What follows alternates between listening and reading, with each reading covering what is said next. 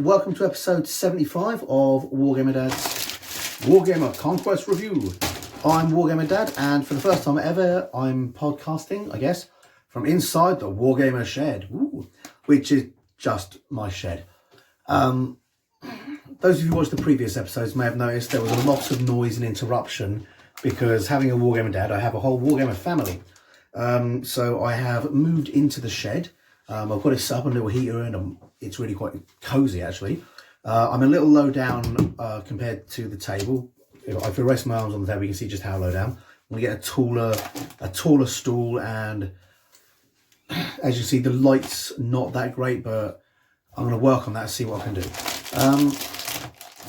But welcome to the Wargamer shed. Ooh, it's quite nice actually. Right, obviously this being episode 75, we're going to be reviewing issue 75, which, as you can tell from the big picture of the repulsor tank on the front, is a repulsor issue. I have been massively excited for this issue for a while now. I'm going to put this. I need a Wargamer bin in my Wargamer shed. I'll put it on the shelf now.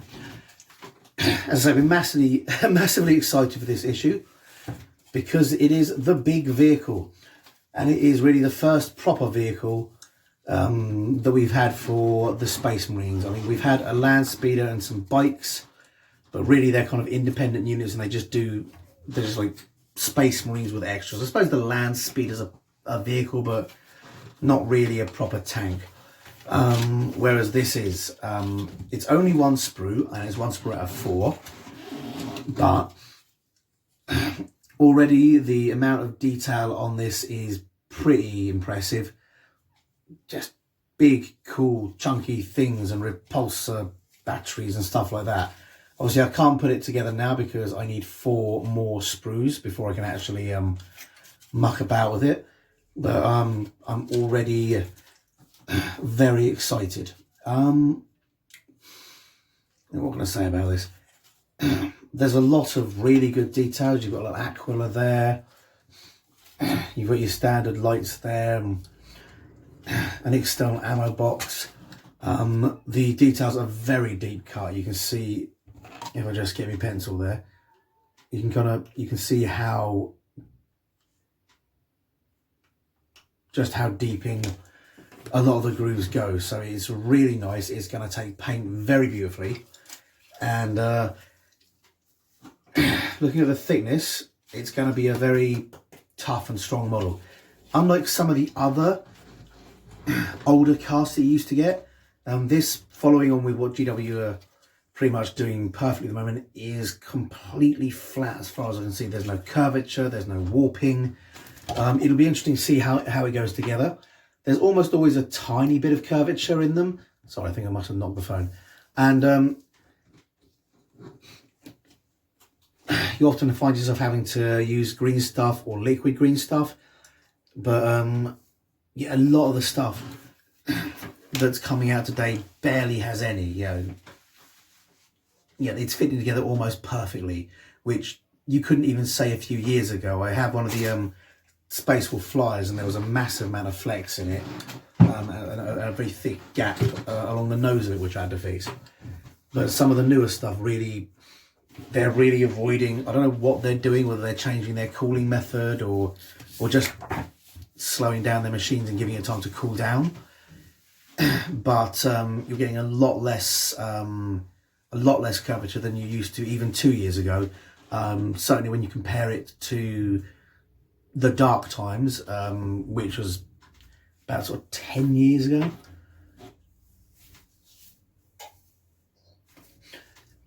It's massively improved. There was an unfortunate period in GW's history where they really started focusing much more on profit and much more on being a company than being a games company. Even to the point where they really started reiterating that they were a miniature company, not a games company. And they just provided games to aid with their miniatures, which didn't make any sense to anybody, being as the company's name was Games Workshop. But, you know, and a lot of people basically saying, well, we can't afford to play. This Finecast stuff is terrible. Finecast. These models are hard to put together. Yeah, there were a lot of basically complaints about GW at that time. Some of them not really as valid as others. Some of them were just people who wanted to complain. Others were legit. I had a friend who built a GW army, Imperial Guard army, and had to send, ordered 4 Valkyries, of which none fit together right. Phoned up Forge World and was told, well, if you dip them in hot water, you can bend them and straighten them, rather than, offered a refund, and told, well, they wouldn't, and he was told, oh, that's just the way they come, you have to do this. And he was very upset about it. Well, kind of upset about it.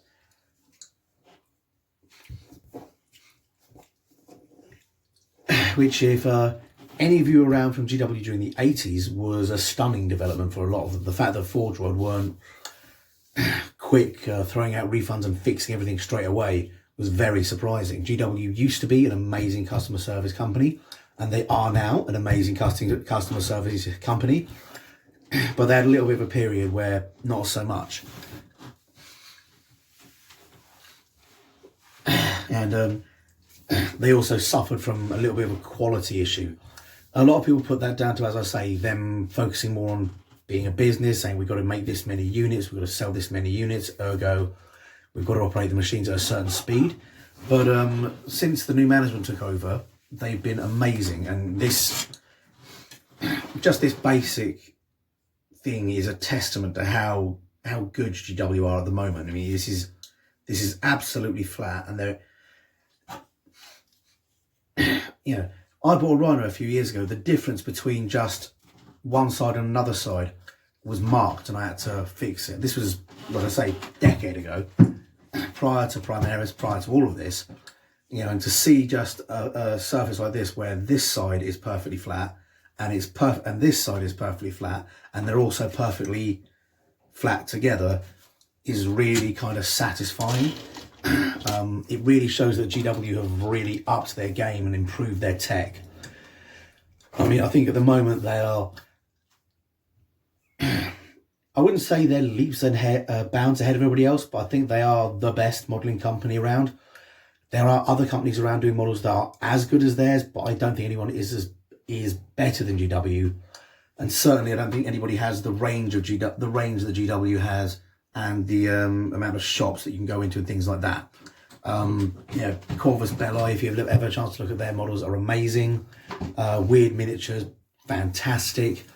There's a lot of models out there. Warlord Games, their models are very different and don't look as detailed, but that's because they actually have a real level of detail, which never looks enough on a model. But their models are actually pretty amazing. Don't look as cool as GW models, but then again, World War II soldiers, as cool as they are never going to look as cool as something that's made to look cool. They were meant to be functional, not awesome. Although there were some pretty awesome soldiers out there. Anyway, moving on to the video with 8 minutes on the clock. Let's have a look and see what we've got in here. In this issue, once again signed by Ian, our spiritual liege. Go straight into the Space Marine Repulsor. I'm just going to read the blurb. I'm going to shorten it up a bit because I've been reading way too much of this and my videos have extended to an hour long. So this video should hopefully be shorter if I don't keep talking. But we've got a lovely bit of artwork there. The Repulsor looking pretty awesome. States here, using anti-grav generators and powerful turbine engines, the Repulsor transports hover above the ground as they advance to deliver their cargo of Primaris Space Marines into the heart of battle. Now, it's a bit of a misnomer there, because the Imperium's anti-grav generators don't actually neutralize gravity so you float. They actually push down, basically repelling the vehicle from the ground, which is why these actually behave slightly differently to, for example, Elder Wave Riders, which have actual true anti-grav technology.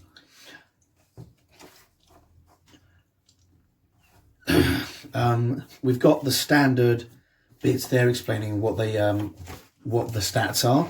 I'll go through the blurb. It has a capacity of 10 Space Marines. It's worth noting that's 10 Primaris Space Marines. This is the only current transport the Primaris have. They have another tank, but we're waiting to see what else they'll get. Armaments. You get a heavy onslaught Gatling cannon, an Icarus Iron Hail heavy stubber, an Iron Hail heavy stubber, 2 Crackstorm grenade launchers, 2 Storm bolters, twin heavy bolter, auto launchers with optional twin las cannons, las talons, onslaught Gatling cannon, frag storm grenade launchers, and Icarus rocket pods.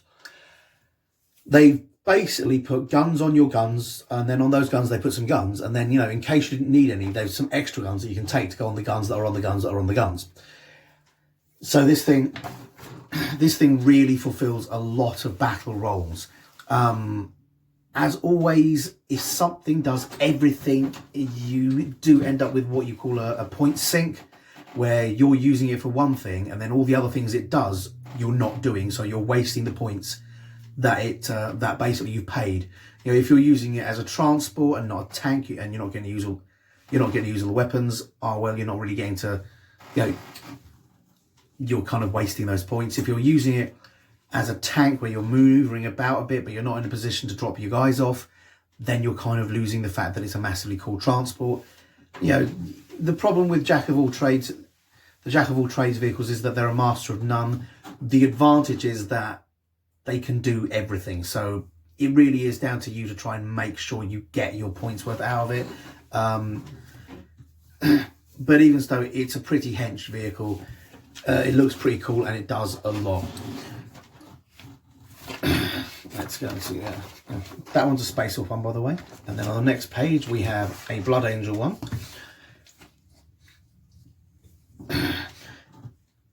It also talks about the Repulsor Executioner. This pattern of the Repulsor sacrifices some of its transport capacity. Oh no, the Executioners can carry some as well though. I forgot they have a sort of limited capacity. Again, that's sort of even more like, do you want to take that? For those of you who are familiar with America and the Bradley combat vehicle, you may be aware that that's actually a real life vehicle that has some of the same problems. So this isn't that, you know, because of fantasy they've not built it right. Real military vehicles actually have the problems of trying to do everything. It started off as as a very good troop transport, but then it got turned into kind of an all-right troops transport, all-right tank hybrid that's not really a tank, but is a tank that has good armor, but not necessarily as good armor as they wanted to do. There's a whole vehicle about how the Bradley was built and how it was a very weird vehicle. However, that being said, if you've ever seen videos of them in action and blowing things up, they are still pretty fucking awesome. You gotta love the United States military. Everything they build is pretty amazing looking.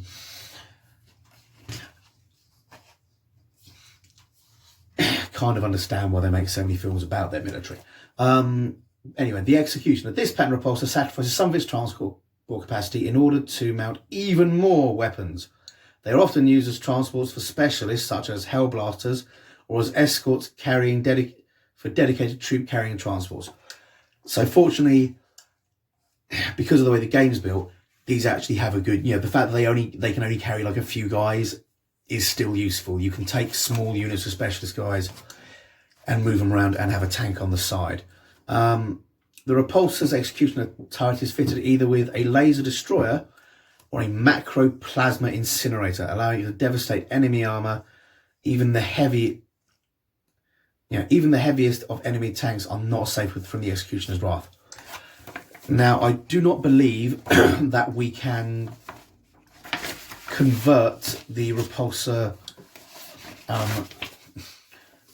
to Repulsor Executioner. This would be the original kit that came out, and it was well before the Executioner, so I'm under the impression they are both completely separate kits and you can't mix one to the other, though you could probably convert it without too much hassle if you wanted to and if you had the necessary bits and pieces. Here it goes for the Repulsor War Gear. We've got a rocket launcher, which is basically a box full of rockets, and that is pretty realistic. Crackstorm grenade launcher, which has a bunch of grenades in it. So that's that bit there. You've got the Icarus rocket pod, which is at the back. You've got the frag storm grenade launcher, which is at the side, so it can launch frag and crack grenades.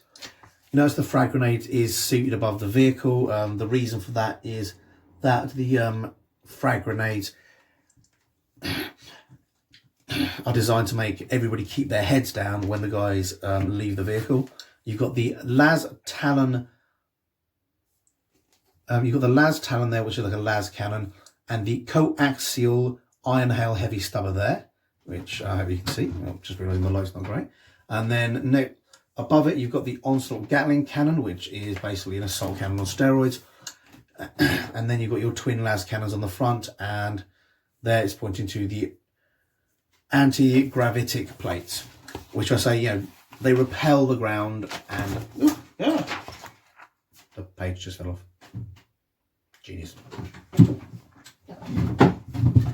You can tell hello, if I stand up, I better get any taller.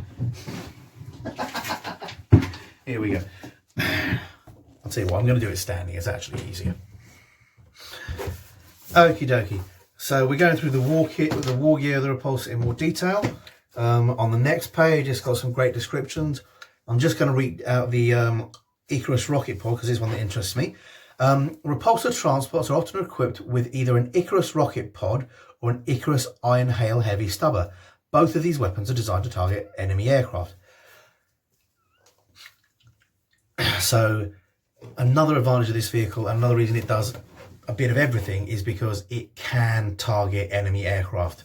So, you're not going to be vulnerable to enemy aircraft as you would be if you just had a Rhino or just had other stuff. You've got a bit of anti-aircraft fire there, and you can equip both. I'll leave the rest for you to discover, but as I say, you've got some pretty awesome stuff there to look at. Okay,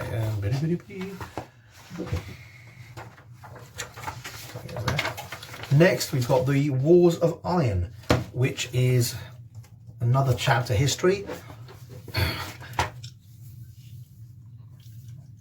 Again, sorry about the twitching. This is another timeline history. This time it's about the Iron Hands, another one of the original chapters. During the 41st millennium, the clan companies of the Iron Hands have pursued merciless campaigns against the Imperium's foes. As the galaxy descends further into madness and slaughter, their relentless, emotionless tactics are required on an ever more regular basis. Sorry.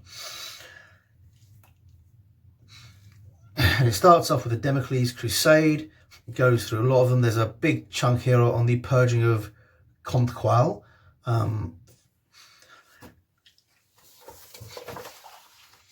So there's some pretty cool stuff there. This goes through here, and you've got even more really awesome stuff there. Finishing with the Stygius Crusade.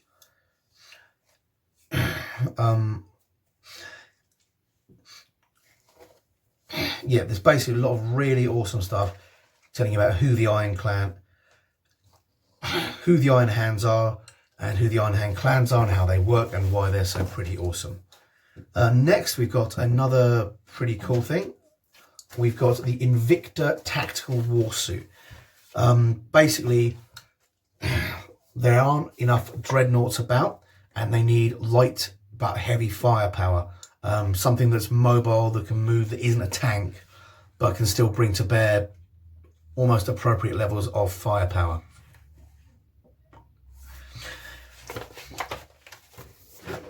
It's built on the Dreadnought chassis for the Contemptor Dreadnought, but it's not filled with a corpse, but rather has a living marine in it. This came out with the Shadow Spear box set, and it is indeed actually meant to work with advanced scouts and stealth units, which is a bit weird because it's a massive vehicle that just goes boom, boom, boom, boom when it's going through. It's still really cool, and I think the idea is that it can, if you're careful and you're quiet, you can slowly maneuver it into position. then when you go charging in or when shit hits the fan, it can come in and offer some heavy support, which is the kind of thing you're going to need. You know, sneaking only gets you so far. Once you're there, you need heavy support. But there has been a lot of sort of joking about how you've got this massive, basically manned dreadnought, and you're expected to sneak it up behind people. It is still pretty awesome looking. It has one of the things that a lot of people kind of complain about, in that it's this heavily armored vehicle, and then you've got an open top casket in which you can see, or an open top cockpit in which you can see the Marine. So surely the Marine's just going to get shot. The rest of the armor doesn't matter if you can just kill the Marine. I like it because I like the aesthetic. I'm very much a believer in the rule of cool. If it looks cool, don't worry about it too much. But there is nothing stopping you closing that cockpit up, using some dreadnought pieces or some old Rhino piece and that, and giving it closing up, giving it a slit visor, rather than, by which I mean just like a little bit that he's looking through, rather than having a cockpit. I've seen a lot of people do that because they don't like that. It was the same complaint that was made about the Grey Knight Dread Knight. You had this massive great thing in, but then you had just a Terminator, which kind of made people think, well, hang about, surely he's only as tough as a Terminator, which is still pretty tough. The Invicta tactical also is pretty awesome.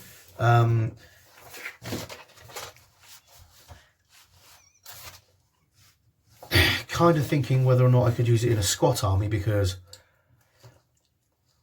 with that open top thing you can stick a squat in there and make that cool. But I'm just going to read the blurb of it. The Invicta Tactical Warsuit is a stripped back variant on the Redemptor Dreadnought frame.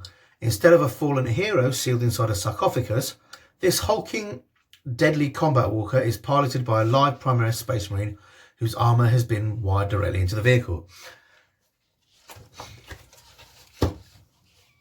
So even in the description here they say hulking walker, which doesn't sort of make you question exactly how it's going to be used in a stealth war, but apparently it is.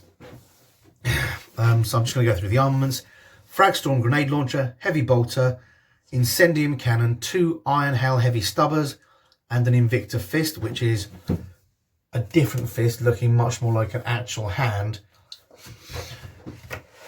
to the one that the Contemptor Dreadnought has. But it makes sense because the person in it is still going to have hands, so they're still going to be used to using them. You also get the optional twin iron hail autocannon, which is pretty cool. It's worth noting it has equipment modifications, sound dampening reactors and sound dampened reactors and servo motors. So it's just the massive, huge, multi-tons of metal going boom, boom that make noise. The engines don't. Which, you can see it working. It can certainly get closer than some of the bigger vehicles would. Hey. Here we can see a couple of the variants. You've got a stubber there. It carries a heavy bolter in a holster, so literally just like a Marine, it can draw out as a pistol and provides extra ammunition there. It's pretty cool. We've got another blip here. Invicta warsuits are most commonly seen supporting the chapter's Vanguard Space Marines. The reactors and servo motors are rated to run with a minimum of sound. Each Invicta warsuit is armed either with a twin iron hail autocannon or a compact incendium cannon, which is, I'm going to guess, basically a flamethrower. They carry a modified heavy bolter that can be held in their articulated fist and used as a sidearm. The combination of mid to close range firepower, heavy armor, and the selfless mindset of the pilot provide exceptional support for the Vanguard forces. So that's pretty cool there. Next, we've got the making of a Silver Templar, which is something I've actually been looking forward to since I saw this on the back of the things. Life as a warrior often ends in brutal death, even for a Space Marine. Every chapter must have access to a stream of fresh recruits that have the strength and willpower and purity of spirit to replace the fallen. It's basically going through all the things necessary to make a Space Marine, with some specifics on a Silver Templar. For example, they recruit their warriors from their chapter planet Novaris. Because Novaris human populations have been forced to contend with the planet's vicious wildlife and raging storms since birth, they make excellent recruits. Some Space Marines recruit from more normal chapters, more normal planets, and focus more on intense training. But a lot of other Space Marines really recruit from basically death worlds. Fenris is a death world. Novaris is a death world. They're worlds that most people would die if they went upon, and on which the life is tragically short. The life expectancy is often tragically short, which means the risk of going through the transformation process to become a Space Marine is worth taking, because even if you don't, you'll end up as a servant in the Space Marine chapter if it doesn't take. And occasionally, actually, it doesn't take, and you just end up with a slightly tougher than normal human. Or sometimes you end up with a crippled human, and usually the Space Marines can find places for them. Sometimes you end up to the point where they're brain dead and they get turned into servitors, and sometimes people just die. The young Space Marines just don't make it. It is not a 100% effective thing by a long measure. In fact, one of the more common reasons they die is if they show signs of rejecting the implants, they'll whip the implants out, and it can, two surgeries close together can be too much for the novitiate Space Marine. It can kill them. But this is because they can't afford to waste gene seed. If it looks like the guy's going to reject them, the gene seed is more valuable than the human it's being put in, unfortunately. Because of all those risks, the fact that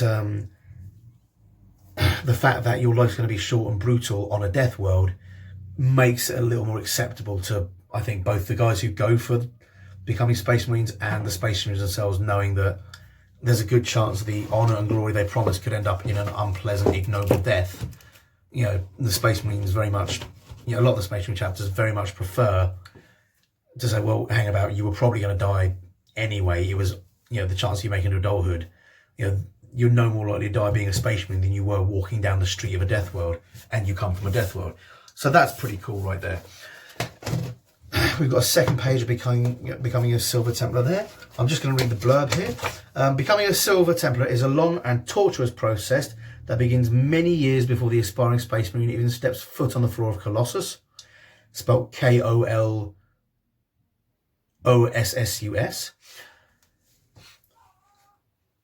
To be cool. By the time this training begins, each recruit will have experienced pain, death, and loss in equal measure.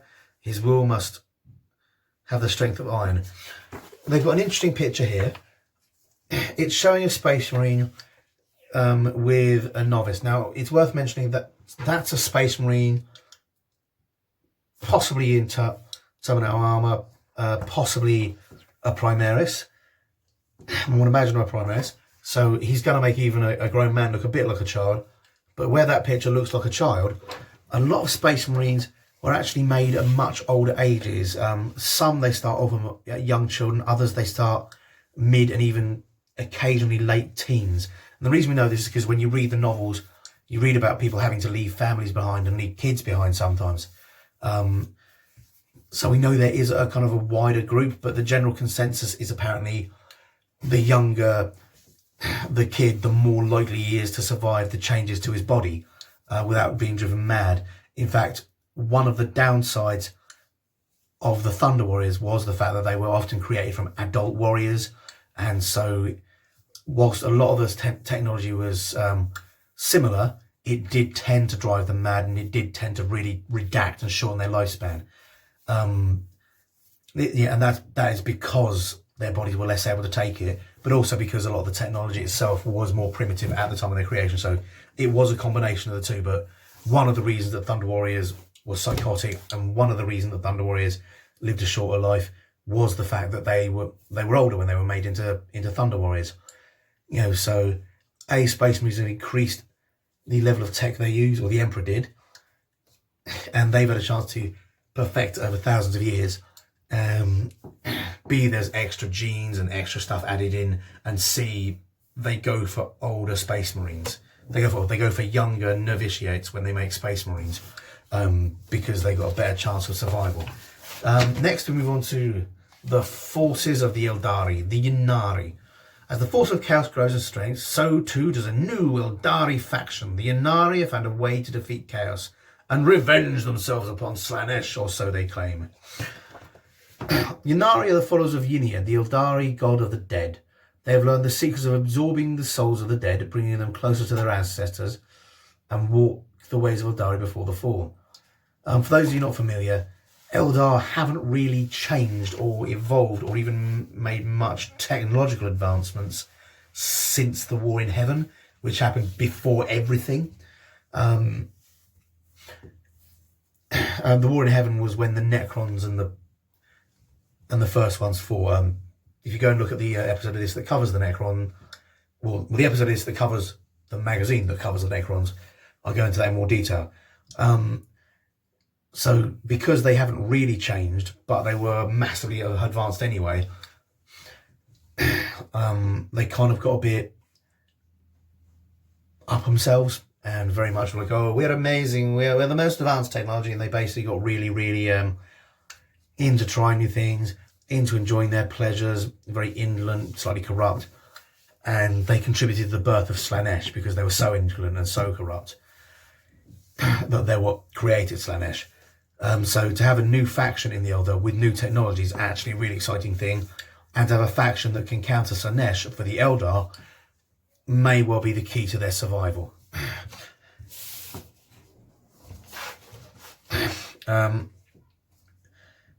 It goes through a lot of bits and pieces. I'm just going to read the bit on the army of Yniad. The Ynnari seek to fulfill ancient prophecies of Slanesh's defeat.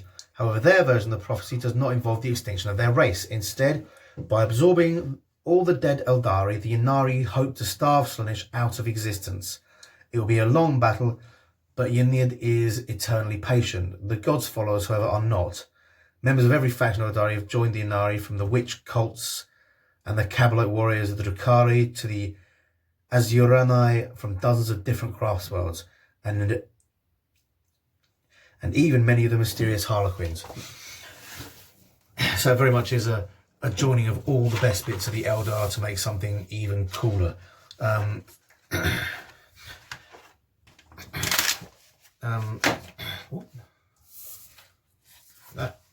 the page. Doesn't matter.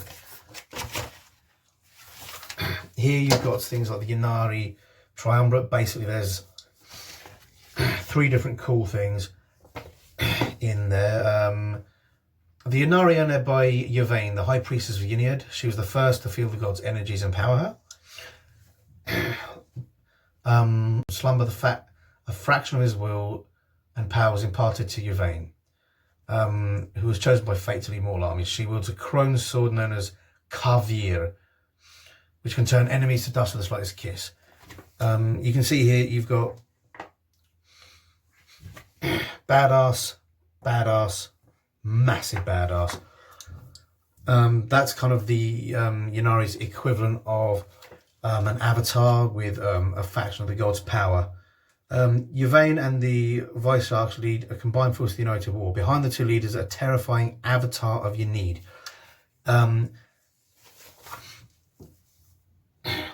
The avatars are like fractions of the elder gods, where those gods are basically split themselves off to allow themselves to not be eaten by the chaos gods, or at least that's how the original avatars work. I'm not sure how the Avatar of the Dead works, but they tend to be a massive statue and that stays, with loads of runes and loads of things of it, that stays static until they need it for battle, at which point they pour an Eldar into it.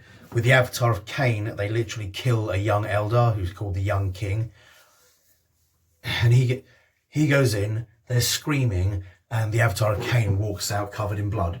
I'm not sure if the Avatar of Death does the same thing as the Avatar of War, but being as it's the Avatar of Death, I'm going to imagine there's some death involved there. I'm not too familiar with some of the newer stuff, which is why I'm really excited to read this. Well, basically, you've got 2 incredibly powerful individuals and then a bit of a god. going on the battlefield, which, yeah, you may recognise as similar to the Necrons, similar to the Demons. There is a consistent pattern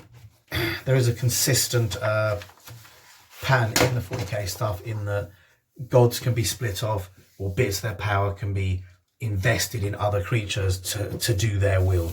So this is quite common, and yeah, that does kind of make the avatars kind of the elders equivalent of demons, but on their side. So maybe angels, I don't know. Here you've got Visiarch, the Visiarch wields the Asuvar Sword of Silent Screens. Here you've got the Incarn, which is terrifying to behold and borne off by wings of death and energy. And there you've got Yvraine with her cat. She has a cat, and that cat does cool things. And if you're wondering why she's looking cool, that's because where she's absorbed the soul, sorry, looking quite so fancy, that's because where she's absorbed the souls of a lot of the dead Eldar, and even some of the Eldar from near the time of the fall that escaped. She's kind of dressing up like them and kind of bringing back the Eldar pride in themselves. It's worth noting that the Eldar did have, I'm just going to go back a page here, did have the ability to store souls before, but it was actually temporary, and it didn't guarantee that they wouldn't be destroyed. As a matter of fact, followers of Slaanesh almost always destroyed them. If you see on that warrior's chest the little blue gem and the little green gem on this guy, and then you look at the gems all over this guy, when Eldar die normally, in order to not be torn apart by Slaanesh, they store their souls in gemstones, and they use these gemstones to control their ships and power all kinds of things, including that guy there, who is basically a machine powered by dead people. He's pretty fucking cool. Yeah, so you can't really get cooler than that.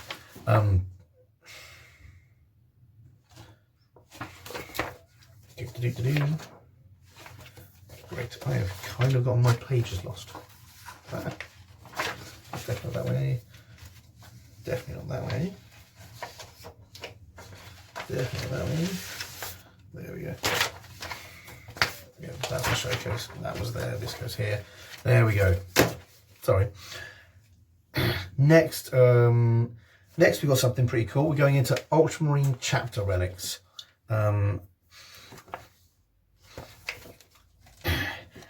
Each chapter has some cool stuff. The Space Wolves have things like the Spear of Russ, and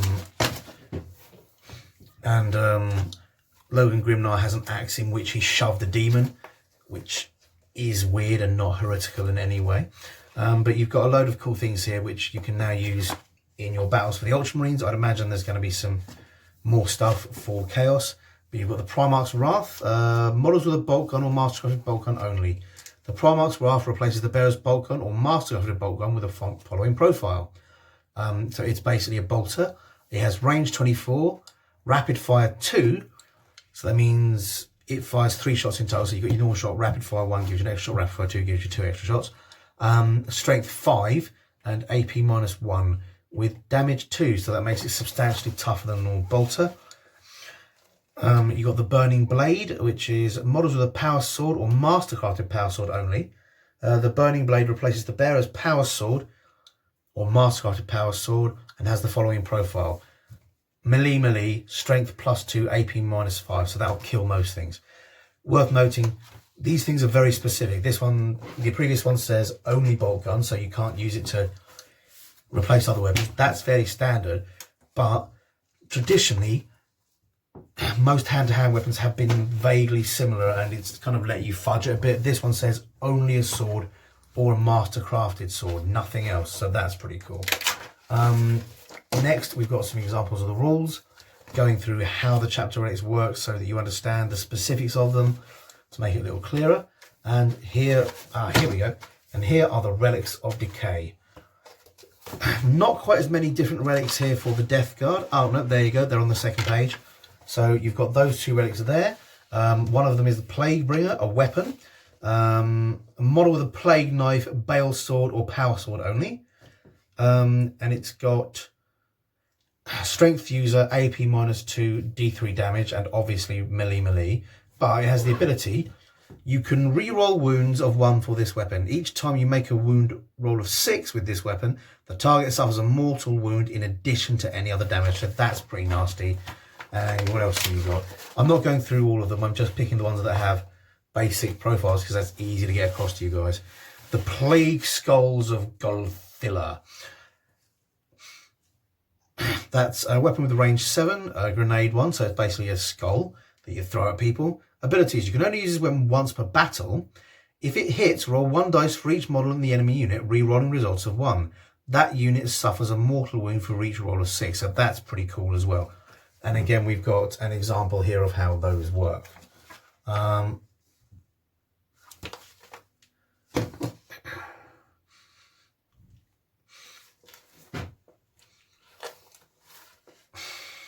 Yeah, so that's pretty cool. Next, we've got the raid on the Medicaid facility, which is a nice little story to get you primed for this week's battle mission, which is another nice one-page mission. Being attacked. Papa Nurgle has sent his moths to get me. Get out of it. Go on. That's my head. Right. This one, you've got supply crates, shattered equipment lit at the ruins of the Medicaid facility. Ultramarines strike forces must secure. I think I came in to get away from distractions, didn't I? Must secure as much medical equipment as possible and return it to Barakius. The Death Guard seek only destroy and corrupt these valuable supplies. Again, it's letting you kind of roll off to arrange them as you want. The winner takes turn placing them as shown. Set up to arrange in an agreed manner. Place 2 objective markers as shown. The armies. Both players must create a battle-forged army. Maximum power rating 50. Both deployment zones are shown in the map above. Both players roll off and the winner chooses their deployment zone. Players then alternate deploying their units, beginning with the player chosen to deploy first. The player who finishes setting up their army first takes the first turn.